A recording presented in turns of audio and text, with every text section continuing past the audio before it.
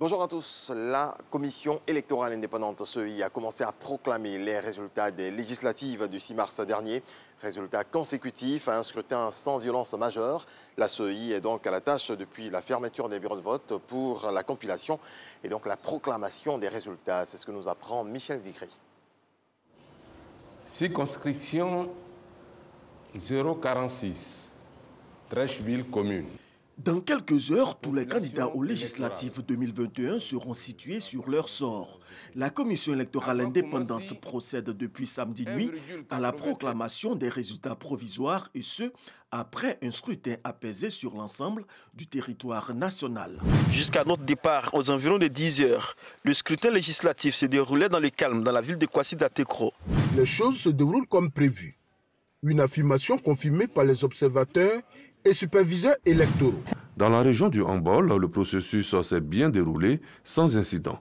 Pour le président de la République, il faut à présent maintenir le cap pour toutes les élections à venir. Que les Ivoiriens puissent choisir à compter de maintenant, en toute quiétude et dans la paix, leurs représentants, que ce soit pour le pouvoir suprême de l'exécutif, le pouvoir législatif ou bien évidemment les élections locales avec les mairies et les élections des conseils généraux. Pour l'heure, la commission électorale indépendante est à pied d'œuvre pour donner tous les résultats dans les plus brefs délais. Dans plusieurs localités, certains candidats malheureux ont déjà appelé leurs adversaires pour les féliciter, pendant que d'autres attendent l'ouverture du contentieux pour faire des recours. Le scrutin s'est déroulé selon les dispositions du code électoral ivoirien. C'est ce que dit la mission d'observation de la communauté des Sahélo-Sahariens. La CENSAD a rendu public son rapport au cours d'une conférence de presse ce dimanche. Regardons. Les élections législatives du 6 mars 2021 en Côte d'Ivoire ont été suivies par des observateurs internationaux. 24 heures après le scrutin, la communauté des États sahélo-sahariens, CENSAD, livre ici ses conclusions. La mission d'observation électorale de la CENSAD a retenu que l'élection du 6 mars 2021 s'est déroulée conformément aux dispositions du Code électoral ivoirien et dans des conditions inclusives, apaisées et satisfaisantes pour toutes les parties engagées. La mission d'observation électorale de la CENSAD exhorte tous les candidats en lice à respecter les résultats issus des urnes et à recourir aux procédures et aux voies légales pour le règlement de tout contentieux lié à ces élections législatives.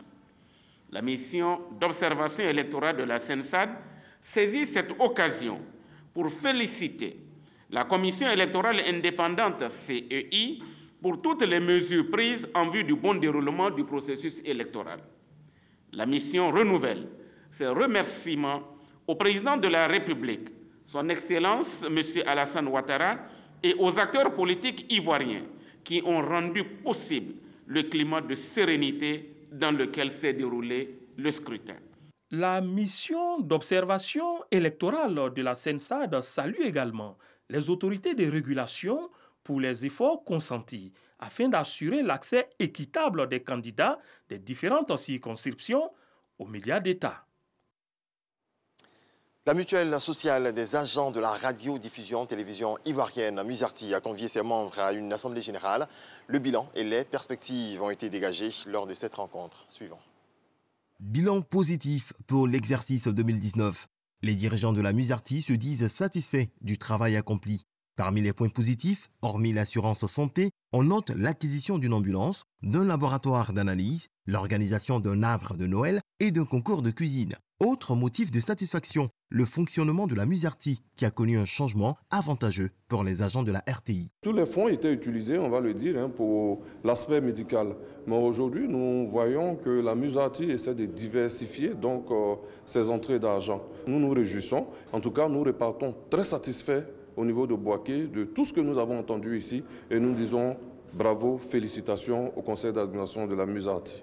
Cependant, tout n'est pas rose. Les caisses de la mutuelle sont éprouvées, les charges étant supérieures aux ressources. Résultat, un déficit de 25 millions de francs CFA enregistré. Avec beaucoup de rigueur et de volonté, ce déficit sera surmontable, selon le président de la Musarti. Pour les années à venir, les dirigeants de la mutuelle promettent de belles perspectives. La mutuelle sociale, c'est pour le bien-être des agents. Il faudrait que nos mutualistes puissent obtenir en tout cas le maximum pendant notre gestion. Avec le soutien de notre directeur général, M. Fosséné Dambélé, nous allons pouvoir bâtir, réaliser de belles choses, des logements, le restaurant au niveau du siège, les terrains pour les agents, en tout cas, et pouvoir les soigner naturellement, c'est le b.a.-ba. Alors, nous allons mettre toute cette machine-là en place pour que les agents de la RTI, qui sont de facto mutualistes, puissent être heureux en travaillant pour la RTI. Le bilan 2019 qui a réuni les mutualistes n'a pu se faire au moment opportun pour cause de coronavirus. Une autre assemblée générale est prévue dans le courant de l'année 2021 pour plancher sur les activités de l'année 2020. Et on termine par la Journée internationale des femmes célébrée aujourd'hui 8 mars. Cette célébration permet de mettre en avant la lutte pour les droits des femmes à travers le monde. Merci à toutes et à tous de nous avoir suivis. On se retrouve à 7h